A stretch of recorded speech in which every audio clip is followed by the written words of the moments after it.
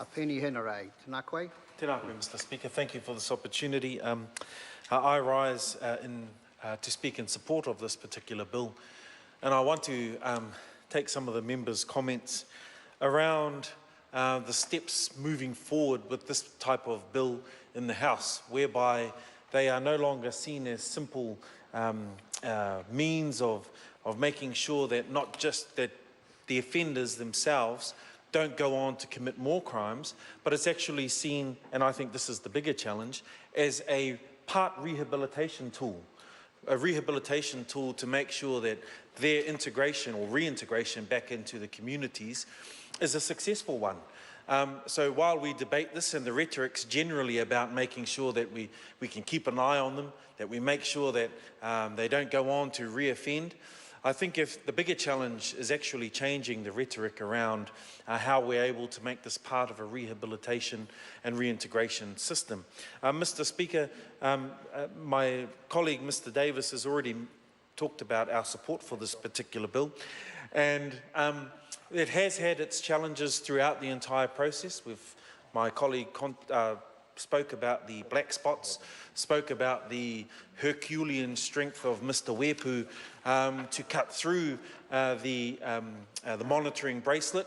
But as a personal experience, I spoke in the earlier readings of this bill, sir, about how it enabled the attendance of some of the prisoners to tangihanga, to get that temporary release from prison to allow them to come. In the past, that particular process hasn't been executed very well. And the hope is that through this type of legislation, that the ability for offenders to get temporary release for things such as tangihanga, for things such as work, which will help with their reintegration into the community, will be a lot more successful. Won't be fraught with the kinds of red tape that see actually the public looking at that person with a bit of a frown, or in a light that's not very good. So these types of bills, and I mentioned it in the previous bill that was debated in the House, sir, about how they are a step in the right direction. They will make technological in line, they'll make legislation, in line with technology to ensure that we better use that technology. But sadly, sir, I reiterate my point, as I did in the last bill, about how too often the House fails to keep up with that technology, because in the passage of this particular bill, I dare say technology has already moved on.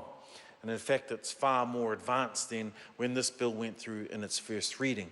But we support that change. We want to make sure that we're able to protect the community. I also spoke in the last bill, in the evidence amendment bill, sir, about how the public perceive parole, the parole office, how the public perceive the corrections facilities, and the institutions that are put in place to make sure that those who go through the particular system, through the justice system, certainly serve their sentences, don't exit prison and go on to reoffend.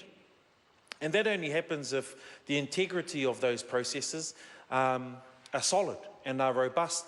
And I want to echo the point of my colleague, Mr. Davis, who has already spoken about the good intentions within this bill, yet also pointed out the lack of resourcing to make sure that we're able to monitor properly, correctly, and also effectively, to make sure that people in the community at large are looked after, and also that that particular person who is under surveillance and monitoring is able to, I guess, get on with the reintegration back into the community.